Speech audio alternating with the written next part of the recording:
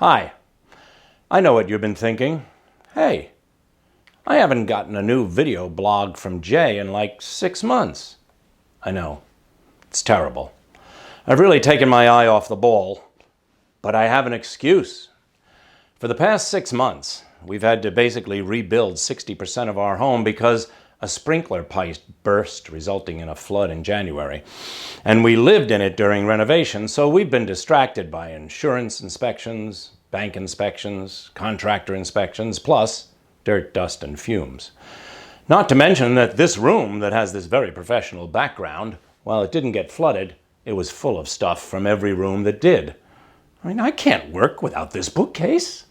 Also, the camera I used for this was lost as well. So, that's my excuse.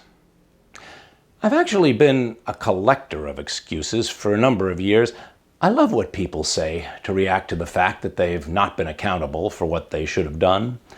I once worked with a woman in her 20s who said she never said she forgot when she clearly had forgotten to do something. She said, "Oh, I spaced that out." To her, spacing it out wasn't nearly as bad as forgetting. I once read an excuse from a third grader that I loved. He missed school the previous day, and it read, "I'm sorry I missed school yesterday. My mother couldn't drive me because she had very close veins." A CEO of one of the Thompson companies back in the day had a great excuse. He was British, and when he missed a deadline or was found wanting in any way, he would simply say, "I was overcome by events." Wonderful. I use that a lot. So what's all this whining about excuses have to do with leaders and their organizations? Well, excuses fall within the topic of accountability. A lot's been written over the last 10 years about leaders needing to drive accountability with their team members and departments. And we've all known leaders or worked for leaders or even been leaders of teams, departments, or organizations whose major flaw was that they didn't hold people's feet to the fire. But driving accountability on your team actually has two major components.